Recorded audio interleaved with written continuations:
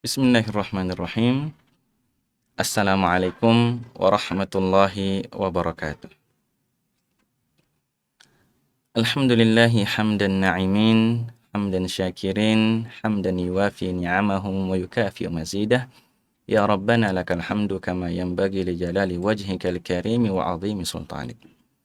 Allahumma salli wa sallim wa barik wa zid ala nabiyyina Muhammadin wa ala alihi at-tahirin wa ala ashabihi al-mujahidin wa man tabi'ahum bi ihsanin ila yaumiddin. Amma ba'd, para pemirsa Ruas TV dimanapun Anda berada, semoga semuanya tetap dalam keadaan sehat walafiat, selalu diberikan inayah dan taufik dari Allah Subhanahu wa Ta'ala untuk menyempurnakan hari-hari Ramadan yang tinggal beberapa hari lagi ini. Para pemirsa, alhamdulillah, tadabbur kita pada pagi hari ini di juz yang ke-25, dan juz di 25 ini ada 4 surat. Di antaranya adalah surat Asy-Syura, Ad-Dukhan, dan Al-Jathiyah. Dan insya Allah materi kali ini kita akan mengangkat 6 ayat dari 6 ayat pertama di surat Ad-Dukhan. Bunyi dari surat Ad-Dukhan ayat 1 sampai 6 ini, kita bacakan ayatnya. A'udzubillahi minasyaitonirrajim. Bismillahirrahmanirrahim. Hamim wal kitabil mubin. Hamim, demi kitab yang jelas, yang nyata. Inna anzalnahu fi lailatin mubarakah. Sesungguhnya kami menurunkannya, Al-Quran, fi lailatin mubarakah, di malam yang berberkah. Inna kunna munzirin. Sesungguhnya kami memberi peringatan. Fiha yufraqu kullu amrin hakim. Padanya, pada malam tersebut, pada malam berberkah itu, yufraqu kullu amrin hakim, semua perkara yang hakim dibagikan. Amrun min indina, perkara dari kami. Inna kunna mursilin. Sesungguhnya kami mengutus, mengutus para rasul dan juga mengutus perkara-perkaranya tersebut. Rahmatan min rabbik, sebagai rahmat dari Rabbmu. Innahu huwas samiul alim. Sesungguhnya dialah yang maha mendengar lagi maha mengetahui. Insyaallah beberapa saat ke depan kita akan mentadaburi 6 ayat ini dari juz yang ke-25 ini. Di ayat yang pertama Allah Subhanahu wa Ta'ala berfirman Hamim. Hamim ini ada beberapa surat yang didahului dengan kata yang sama, ha mim, dua huruf dari huruf hijaiyah, ha dan mim. Di antaranya adalah surat Ad-Dukhan ini. Ha mim ini merupakan dua huruf dari huruf hijaiyah, membuktikan bahwa Al-Quran ini berasal dari huruf-huruf hijaiyah. Dan beberapa surat ini didahului dengan huruf-huruf seperti ini, mulai dari surat Al-Baqarah, alif lam mim. Ada surat lain, alif lam mim ra, alif lam mim sad, kaf ha ya ain sad, taha qaf sad nun, dan seterusnya. Ini menunjukkan bahwa Al-Quran ini tersusun dari huruf-huruf hijaiyah. Karena itu Allah Subhanahu wa Ta'ala menantang orang-orang yang mengatakan bahwa Al-Quran ini buatan Nabi Muhammad SAW, hasil gubahan syair dari Nabi Muhammad SAW. Maka ditantang oleh Allah Subhanahu wa Ta'ala dengan 3 tantangan bertahap. Yang pertama, ditantang untuk mendatangkan seluruh isi Al-Quran serupa seluruh isi Al-Quran, dan mereka tidak bisa.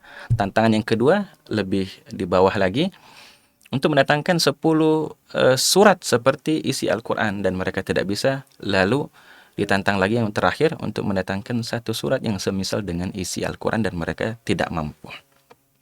Inilah di antara mukjizat Al-Quran, sama-sama berasal dari bahasa Arab, tapi balaghahnya, tingkat keindahannya melebihi sastra yang dikenal oleh manusia, karena memang dia bukan kalam manusia, bukan kalam malaikat, dia adalah kalamullah, firman-firman Allah Subhanahu wa ta'ala.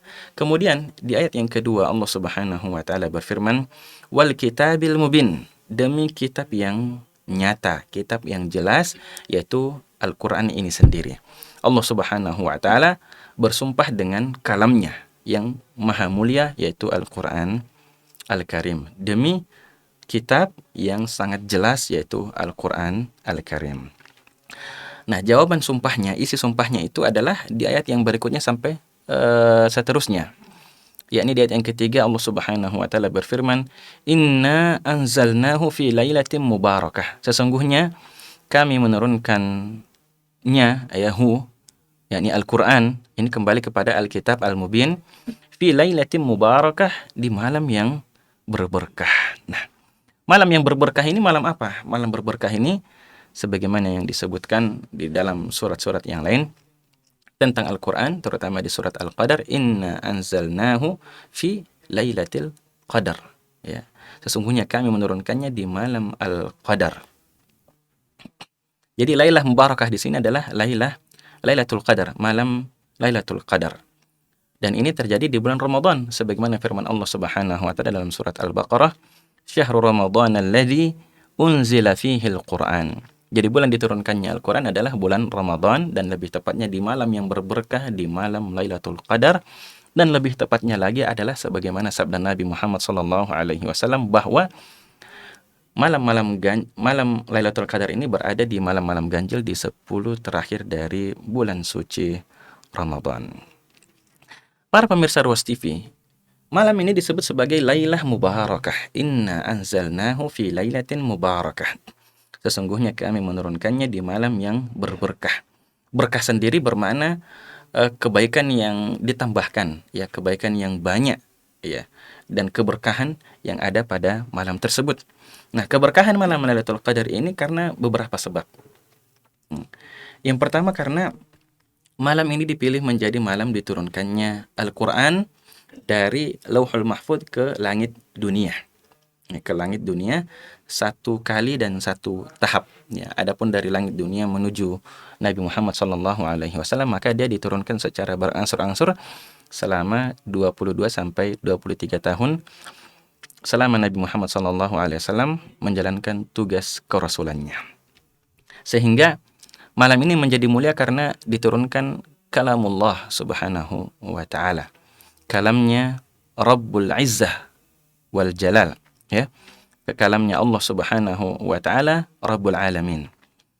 Lalu kemudian yang kedua, karena malam ini berberkah karena malam ini lebih baik dari 1000 bulan sebagaimana disebutkan dalam surat Al-Qadar, Lailatul Qadari khairum min alfi syahrin, lebih baik daripada 1000 bulan.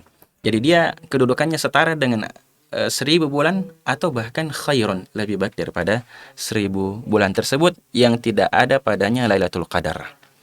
Jadi lebih baik daripada 1000 bulan yang tidak ada di dalamnya Lailatul Qadar. Lalu kemudian keberkahan malam ini karena di dalamnya begitu banyak kebaikan yang diturunkan oleh Allah Subhanahu wa taala. Di antaranya adalah rahmat Allah yang begitu luas. Nabi Muhammad SAW bersabda, "Man qama lailatal qadri imanan wa ihtisaban ghufira lahu ma taqaddama min dzambih." Siapa yang salat malam, ya, salat pada malam Lailatul Qadar imanan wa ihtisaban, karena dasar keimanannya dan ihtisab pahala dari Allah Subhanahu wa taala, ghufira lahu ma taqaddama min dzambih, maka akan diampunkan dosanya yang telah berlalu. Ini luar biasa, ya. Siapa di antara kita yang tidak mau fadilah besar seperti ini? Rahmat Allah yang begitu luas yang sedang dibuka pada malam tersebut.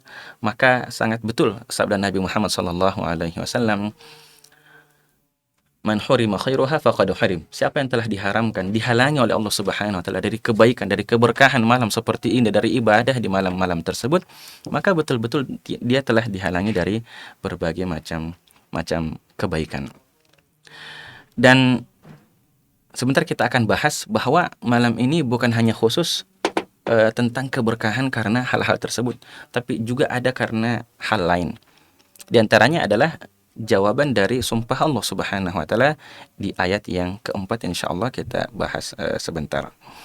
Dan doa yang terbaik yang kita panjatkan di malam Lailatul Qadar sebagaimana yang diriwayatkan oleh Aisyah radhiyallahu anha ketika beliau bertanya kepada suaminya Nabi Muhammad sallallahu alaihi wasallam, apakah doa yang terbaik pada malam ini yang dipanjatkan? Maka Nabi sallallahu alaihi wasallam mengajarkan doa, Allahumma innaka afuwun tuhibbul afwa fa'fu anni. Ya Allah, sesungguhnya Engkau Maha Pemaaf, mencintai maaf, maka ampunilah aku ya Allah. Nah, ini diantara sebab kenapa malam ini dinamakan malam yang berberkah. Al-Qadar sendiri, ya, dalam bahasa Arab memiliki makna kemuliaan, ya. Al-Qadar, qadar ini adalah kemuliaan, menakdirkan, dia memuliakan sesuatu. Makanya dinamakan Lailatul Al-Qadar. Pemirsa Ruas TV, kemudian di ayat yang ketiga ini Allah Subhanahu wa taala menutup ayatnya di ayat yang ketiga ini, Inna kunna munzirin. Dengan diturunkannya Al-Qur'an ini tugas kami, inna kunna munzirin, sesungguhnya kami memberikan peringatan dengan diutusnya Rasul, dengan diutusnya para nabi, dengan diturunkannya Al-Qur'an dan dipilihkannya Al-Qur'an ini turun di malam yang berberkah tersebut. Inna kunna munzirin, sesungguhnya kami memberikan peringatan. Dalam kitab tafsir Ibnu Katsir disebutkan bahwa Allah berikan peringatan kepada manusia sebagai hujjah, sebagai alasan bagi Allah Subhanahu wa taala untuk makhluknya, untuk manusia dan jin, bahwa Allah Subhanahu wa taala telah memberikan peringatan, telah memberikan warning, telah memberikan informasi sebelumnya, karena Allah Subhanahu wa taala tidak akan mengadab hambanya sampai hatta nab'atsa rasula, sampai diutus seorang rasul untuk menjelaskan, untuk memperkenalkan Allah Subhanahu wa taala kepada makhluknya tersebut. Namun fakta yang kita lihat di lapangan bahwa begitu sedikit umat manusia yang menerima peringatan dari Allah Subhanahu wa taala, mencampakkan peringatan dari Allah Subhanahu wa taala. Karena itu di dalam surat Al-Furqan ayat 30, Rasulullah sallallahu alaihi wasallam curhat kepada Allah Subhanahu wa taala. Wa qala ar-rasulu ya rabbi inna qaumi ittakhadhu hadzal qur'ana mahjura. Dan berkata sang Rasul, ya Rabbi, wahai Rabbku, inna qaumi, sesungguhnya kaumku, ittakhadhu hadzal qur'ana mahjura, menjadikan Al-Qur'an ini sesuatu yang ditinggalkan. Dalam penafsirannya para ulama memiliki dua penafsiran. Yang pertama, bahwasanya Rasulullah SAW mengucapkan ini nanti di hari kiamat, ketika melihat umatnya banyak yang menjadikan Al-Quran ini sesuatu yang ditinggalkan, tidak dibaca, tidak ditadaburi, tidak dipelajari, dan tidak diamalkan, tidak dijadikan sebagai obat. Nah, ini satu penafsiran.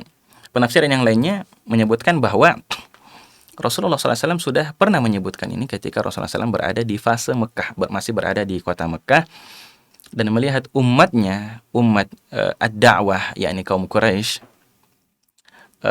menjadikan Al-Quran ini sesuatu yang ditinggalkan dan tidak mau diterima. Dan ini sangat tepat dengan ayat setelahnya, bahwa demikianlah kami jadikan bagi setiap nabi itu musuh dari kalangan jin dan manusia.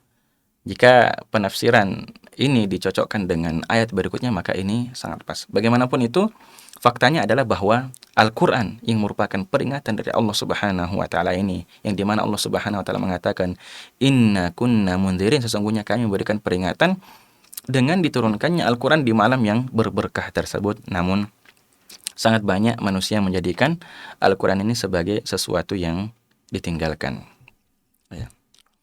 Sangat banyak orang yang tidak mau menjadikan Al-Quran sebagai tuntunan hidupnya. Padahal Allah Subhanahu wa ta'ala telah berfirman bahwa Al-Quran ini, kalau kita menjawab seruan Allah Subhanahu wa ta'ala, kita menjawab seruan Rasulnya sallallahu alaihi wasallam, maka dia akan menghidupkan kita, akan menggelorakan ruhiyah kita, menghidupkan batin kita, yang mungkin batin hati seseorang ini bisa saja membatu dan mengeras, bahkan dikunci mati oleh Allah Subhanahu wa ta'ala. Allah Subhanahu wa ta'ala berfirman dalam surat Al-Anfal ayat 24, Ya ayyuhalladzina amanu, wahai orang-orang yang beriman, istajibu lillahi walir rasuli idza da'akum lima yuhyikum. Jawablah seruan Allah dan Rasulnya ketika memanggil kalian untuk sesuatu yang dapat menghidupkan kalian. Wa'lamu anna Allah yahulu bainal mar'i wa qalbih, dan ketahuilah sesungguhnya Allah memisahkan, menghalangi antara seseorang dengan hatinya. Wa annahu ilaihi tuhsyarun, dan bahwasanya kepadanya lah kalian semua dikembalikan. Dari ayat ini kita faham bahwa kehidupan yang bermanfaat itu adalah yang menjawab seruan Allah dan Rasul-Nya, berupa peringatan-peringatan yang diberikan oleh Allah melalui lisan Rasul-Nya. Maka yang tidak menjawab seruan ini, hakikatnya sebenarnya dia tidak hidup, ya. Atau mereka hidup tapi dalam kesesatan yang tidak jelas arahnya.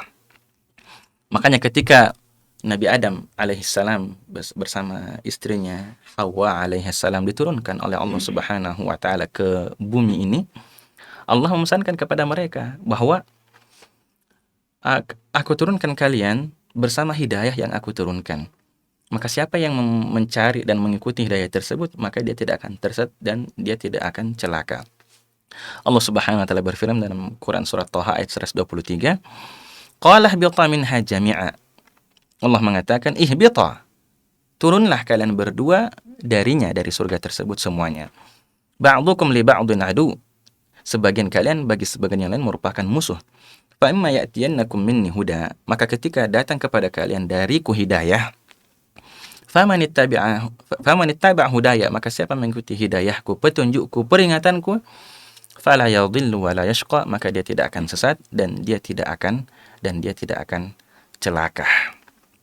Orang yang tidak mengikuti hidayah dan petunjuk dari Allah Subhanahu wa taala ini, Allah perumpamakan seperti seorang budak yang tidak mampu berbicara dan dia cacat, mau diarahkan untuk berbuat sesuatu, melaksanakan perintah tuannya, dia tidak bisa. Karena pada dasarnya dia tidak bisa mencerna perintah tuannya. Karena beginilah kondisi orang yang tidak mau menjawab seruan Allah, tidak mau mendengar peringatan-peringatan dari Allah Subhanahu wa taala, seakan-akan mereka cacat, seakan-akan mereka tuli dan bisu, sehingga mau diarahkan kemanapun oleh Allah Subhanahu wa taala.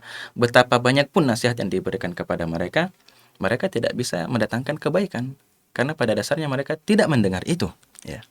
Allah Subhanahu wa taala berfirman, "Wa daraballahu mathalan," dan Allah mengambil sebuah permisalan, rajulaini, dua orang. Ahaduhuma abkamu, salah satunya tidak mampu berbicara. La yaqdiru ala syai'in, tidak mampu berbuat apa-apa. Wa huwa kallun ala maulah, bahkan dia hanya menjadi beban bagi tuannya. Aina ma yuwajjihu la ya'ti bi khair, dimanapun dia diarahkan, la ya'ti bi khair, dia tidak datang membawa kebaikan. Hal yastawi huwa, apakah dia sama dengan orang yang wa may ya'muru bil 'adli wa huwa 'ala shiratal mustaqim, orang yang menetapkan kepada keadilan dan berada di atas shiratal mustaqim? Tentu tidak. Ya, ini pertanyaan dari Allah Subhanahu wa taala untuk mengingkari bahwa tidak sama antara orang yang berbuat keadilan dan berada di atas rel yang jelas, rel shiratal mustaqim, dengan seseorang yang mau diarahkan kemana, dia tidak bisa dan tidak mampu mencerna apapun. Ini hakikatnya orang yang tidak menjawab seruan Allah dan seruan Rasul-Nya Shallallahu Alaihi Wasallam. Kenapa mereka seperti ini? Apakah mereka tidak punya hati? Apakah mereka tidak punya mata? Atau apakah mereka betul-betul cacat? Tidak. Ya, organ-organ mereka ini berfungsi, tapi tidak digunakan sebagaimana mestinya. Yang menjadi fungsi utamanya, yakni untuk memahami, melihat, dan mendengar ayat-ayat Allah yang merupakan peringatan dari Allah Subhanahu wa taala. Karena itu Allah Subhanahu wa taala berfirman, "Wa laqad dzara'na li jahannam." Dan sungguh telah kami isi jahannam katsiran minal jinni wal ins, sebagian besar dari jin dan manusia. Lahum qulubun, mereka memiliki hati tapi la yafqahuna biha, tidak digunakan untuk berfikir. Walahum a'yun, mereka punya mata tapi la yubsiruna biha, tidak digunakan untuk melihat. Walahum adzan, mereka memiliki telinga, la yasma'una biha, tapi tidak digunakan untuk mendengar ayat-ayat Allah, tidak mendengar peringatan-peringatan yang diberikan oleh Allah Subhanahu wa taala kepada mereka. Padahal peringatan ini sudah diturunkan dan dipilihkan di malam yang sangat berberkah. Kata Allah Subhanahu wa taala, "Ulaika kal an'am." Mereka itulah seperti bagaikan binatang. Balhum adall, bahkan mereka lebih sesat. Ya, ulaika humul ghafilun, mereka itulah orang-orang yang lalai dari Allah Subhanahu wa taala. Kenapa dikatakan lebih sesat dari binatang? Karena binatang saja yang kita mungkin hina karena tidak memiliki akal, tidak punya otak, tapi mereka masih beribadah kepada Allah Subhanahu wa taala. Semuanya bertasbih kepada Allah Subhanahu wa taala, walakin la tafqahuna tasbihahum.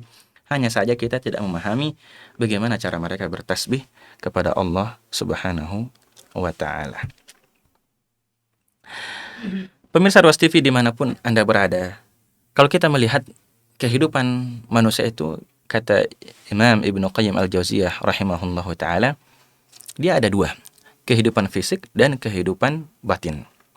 Kehidupan fisik kita ini, dia menjadi hidup ketika kita menerima tiupan ruh dari malaikat yang diutus oleh Allah Subhanahu wa taala di perut ibu kita ketika kita diciptakan oleh Allah Subhanahu wa taala. Dalam hadis Ibnu Mas'ud disebutkan bahwa inna ahadakum yujma'u khalquhu fi batni ummihi 40 yawman. Sesungguhnya salah seorang di antara kalian diciptakan oleh Allah Subhanahu wa taala di perut ibunya selama 40 hari. Dan seperti itu nutfah, lalu kemudian menjadi mudghah, menjadi alaqah, lalu kemudian menjadi mudghah selama itu pula. Kalau sudah mencapai 120 hari, dikirimkan malaikat untuk ditiupkan ruh yang merupakan makhluk dari Allah Subhanahu wa taala, dan hiduplah janin tersebut, hiduplah fisik manusia tersebut. Ini kehidupan yang pertama, kehidupan fisik. Kehidupan yang kedua adalah kehidupan ruhaniyah.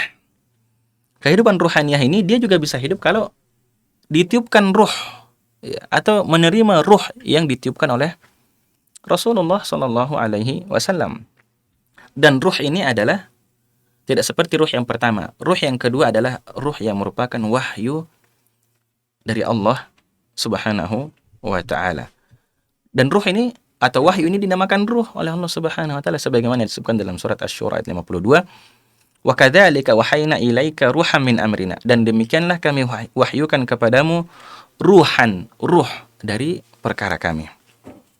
Jadi wahyu yang Allah wahyukan kepada Nabi Muhammad SAW disebut sebagai ruh, dan ia juga adalah cahaya yang disebutkan oleh Allah Subhanahu wa taala dalam beberapa ayat yang lainnya. Nah, ruh inilah yang menghidupkan batiniyah seseorang. Makanya Allah Subhanahu wa taala berfirman, "Awa man kana maitan," apakah orang yang mati, fa ahyainahu, lalu kami hidupkan dia, wa ja'alna lahu nuran, lalu kami berikan dia cahaya, yamshi bihi finnas, yang dengannya dia berjalan di manusia, bersama manusia. Kama masaluhu fi dzulumati laisa bi kharijin minha, apakah sama dengan orang yang berada dalam kegelapan yang tidak keluar darinya? Tidak sama. Ya, tidak sama antara orang yang berjalan dengan cahaya dari Allah Subhanahu wa taala, wahyu dari Allah Subhanahu wa taala, dengan orang yang berada dalam kegelapan. Orang yang berada dalam kegelapan dia buta, tidak bisa melangkah ke mana dia akan terjatuh. Dan kata Allah Subhanahu wa taala, laisa bi kharijin minha, yang tidak keluar darinya. Maka seseorang kalau mau keluar dari kegelapan itu, segera dia memohon dan mencari, membaca, mengamalkan peringatan-peringatan Allah Subhanahu wa taala tersebut, yang merupakan ruh yang akan menghidupkan batiniyah seseorang.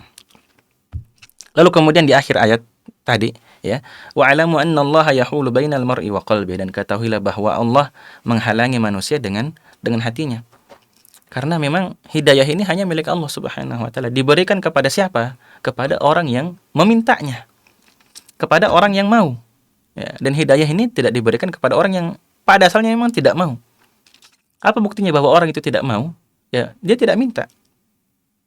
Dia tidak memohon kepada Allah Subhanahu wa taala. Dia tidak beristighfar kepada Allah Subhanahu wa taala. Dia malas-malasan dan merasa cukup dengan kondisinya yang sekarang, yang jauh dari Allah dan lalai dari Allah Subhanahu wa taala. Dan ini bukan semata-mata karena Allah pilih-pilih, tidak. Tapi karena memang melihat orang tersebut yang memiliki kecondongan dalam kelalaian, memiliki kecondongan yang tidak suka pada hidayah. Makanya Allah Subhanahu wa taala berfirman dalam surat As-Saff ayat 5, "Falamma zagu," maka ketika mereka berpaling, azaghallahu qulubahum, Allah palingkan hati mereka. Jadi ini Allah palingkan hati mereka karena apa? Karena mereka berpaling di awal. Ya. Ini Allah Subhanahu wa taala tidak memberikan hidayah atau memalingkan hidayah dan memalingkan hati mereka itu karena dosa mereka sebelumnya. Karena melihat hatinya yang tidak ikhlas, ya, yang tidak jujur kepada Allah Subhanahu wa taala. Makanya Allah Subhanahu wa taala berfirman, bahwa hidayah itu atau Al-Quran itu akan diperdengarkan kepada orang-orang yang di dalam hatinya memiliki kebaikan. Dalam surat Al-Anfal ayat 23, Allah Subhanahu wa taala berfirman, "Walau alimallahu fihim khairan."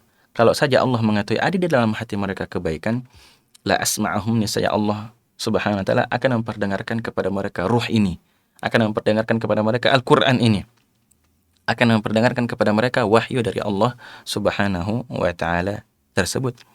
Tapi pun walau asma'ahum, pun kalau diperdengarkan kepada mereka, la tawallau, justru mereka akan semakin berpaling, wahum mu'ridun, dan semakin menjauh dari Allah Subhanahu wa taala.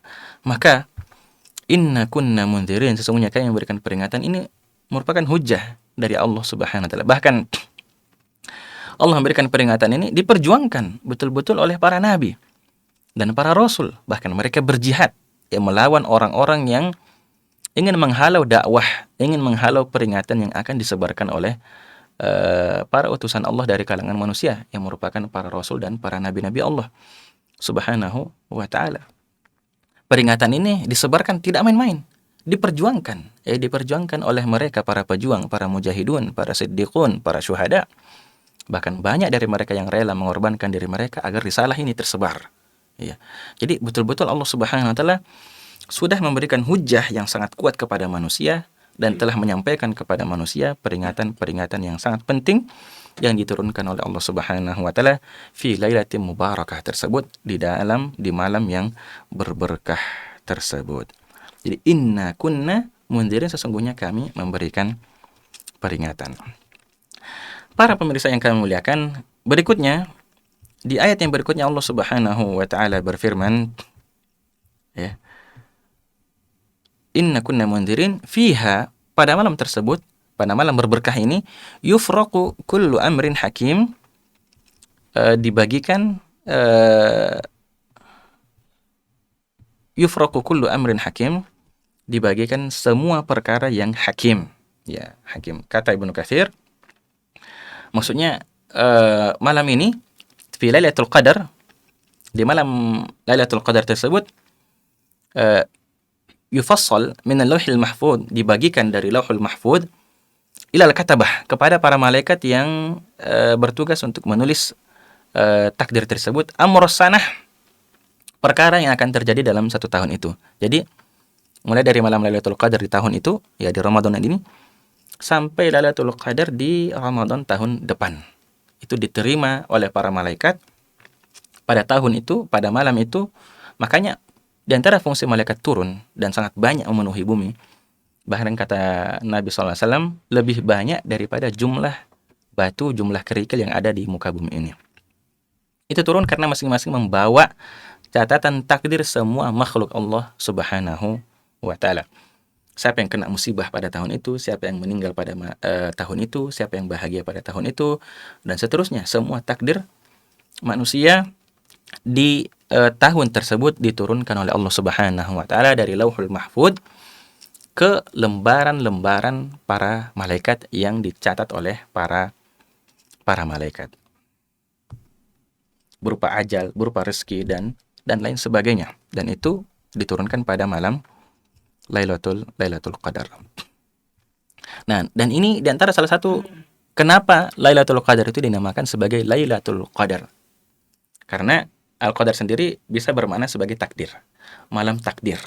Makanya sangat banyak malaikat yang turun untuk membawa kedamaian, membawa kebaikan, dan juga sekaligus sebagai malaikat-malaikat yang menerima catatan takdir Allah Subhanahu wa ta'ala dari Lauhul Mahfud yang diberikan kepada lembaran-lembaran para malaikat pencatat tersebut. Dan takdir ini, takdir yang dipegang oleh para malaikat ini, di lembaran para malaikat ini, itu bukan sesuatu yang final, ya. Ada yang namanya qada, itu namanya qada mu'allaq dan qada mubram. Qada mubram ini adalah takdir yang sudah pasti dan tidak berubah, ya, tidak akan berubah. Dan itu seperti itulah takdir yang berada di Lauhul Mahfud, di ilmu Allah Subhanahu wa ta'ala, yang tidak ada mengetahuinya kecuali Allah Subhanahu wa ta'ala. Sedangkan ada yang namanya qada mu'allaq, ya, takdir yang tergantung, ya. Makanya dalam beberapa hadis disebutkan bahwa man ahabba an yubsata lahu fi rizqihi wa yunsa'a lahu fi atharihi falyasil rahimahu. Siapa yang ingin ya dipanjangkan usianya, dibanyakkan rezekinya, maka hendaknya dia menyambung tali silaturahim.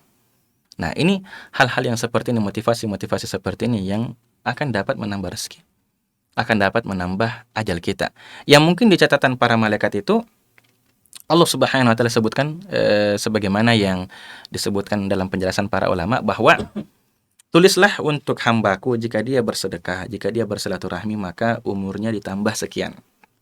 Kalau dia tidak bersedekah, dia tidak bersilaturahim maka umurnya hanya sekian. Ini di catatan para malaikat. Dan Allah Subhanahu wa taala di Lauhul Mahfuz sudah tahu bahwa yang akan terjadi bagi hamba tersebut ini, ya A atau B. Makanya Allah Subhanahu wa taala berfirman dalam Quran surat Ar-Ra'd ayat 38 sampai 39, likulli ajalin kitab, setiap ajal itu ada catatannya. Yamhullahu ma yasha'u wa yutsbit. Allah akan hapus apa yang Allah kehendaki dan Allah akan tetapkan apa yang Allah kehendaki. Wa indahu ummul kitab, dan di sisi Allah ada ummul kitab. Ummul kitab inilah Lauhul Mahfuz yang tidak berubah sedikit pun, sebagaimana dalam hadis tentang pencatatan di Lauhul Mahfuz ini, rufi'atil aqlam wa jaffatis suhuf, pena itu telah diangkat dan lembaran-lembaran itu telah mengering. Jadi yang bisa berubah adalah yang berada di bawah Lauhul Mahfuz, yaitu yang berada di lembaran para malaikat yang mereka terima setiap tahun dari Allah Subhanahu wa taala di malam Lailatul Qadar. Makanya di antara doa yang disebutkan oleh para sahabat Nabi SAW, di antaranya diriwayatkan dari Umar bin Khattab, dari Ibnu Mas'ud, dari Abdullah bin Umar radhiyallahu anhum ajma'in, Abi Wa'il dan lain sebagainya. Mereka berdoa dan didengarkan doanya oleh murid-muridnya, Allahumma in kunta katabta alayya syaqawatan aw dhanban famhuhu. Ya Allah, jika engkau menuliskan untukku sesuatu yang syakwah, ya, sesuatu yang tidak baik atau dosa, maka hapuslah. Fa innaka tamhu ma tasya' wa tuthbit, karena sesungguhnya engkau menghapus apa yang engkau kehendaki dan engkau menetapkan apa yang engkau kehendaki. Wa indaka ummul kitab, dan di sisimu ada ummul kitab. Faj'alhu sa'adatan wa maghfiratan, maka aku mohon ya Allah, jadikanlah apa yang kau catatkan buruk tersebut justru menjadi dan engkau hapus dan engkau jadikan sebagai sebuah kebahagiaan dan ampunan darimu ya Allah. Maka meskipun ini tidak diriwayatkan, tidak disebutkan dalam riwayat tersebut bahwa Umar bin Khattab, Abdullah bin Mas'ud membacanya ini di malam-malam tersebut, namun di antara hal yang dianjurkan untuk kita baca di malam Lailatul Qadar adalah doa ini. Ya Allah, jika engkau catatkan untukku sesuatu yang buruk, maka hapuslah dia, karena sesungguhnya engkau menghapus apa yang engkau kehendaki dan engkau menetapkan, dan di sisimu ada ummul kitab, dan jadikanlah ia kebahagiaan dan ampunan darimu ya Allah. Selain doa tadi yang diriwayatkan dari Nabi SAW lewat ibu kita Aisyah radhiyallahu anha, Allahumma innaka afuwun tuhibbul afwa fa'fu anni. Lalu kemudian di ayat yang berikutnya Allah Subhanahu wa taala setelah berfirman, fiha yufraqu kullu amrin hakim, di malam Lailah Mubarakah ini yufraq, ya, ditafsil, dibagikan semua perkara yang hakim. Ya. Kalau diartikan secara bahasa Indonesia dia sesuatu yang bijaksana. Tapi di dalam tafsirnya disebut hakim adalah muhkam. Muhkam ini sesuatu yang tidak berubah dan tidak berganti. Ya, maksudnya sesuatu yang tidak berubah dari Lauhul Mahfuz. Lalu kemudian di ayat yang berikutnya Allah Subhanahu wa taala berfirman, fiha yufraqu kullu amrin hakim amran min indina, perkara dari urusan kami. Inna kunna mursilin. Jadi semua apa yang akan terjadi yang ditakdirkan oleh Allah Subhanahu wa taala dan apa yang diwahyukan oleh Allah Subhanahu wa taala, maka semuanya ini adalah atas perintah, atas izin dan ilmu dari Allah Subhanahu wa ta'ala. Inna kunna mursilin, sesungguhnya kami mengutus kepada manusia rasulan, seorang rasul, yatlu alaihim ayatillah mubayyinat, yang membacakan kepada mereka ayat-ayat Allah yang merupakan peringatan-peringatan dari Allah Subhanahu wa ta'ala, karena kebutuhan untuk diutusnya rasul ini sangat urgen, ya, sangat dibutuhkan oleh manusia.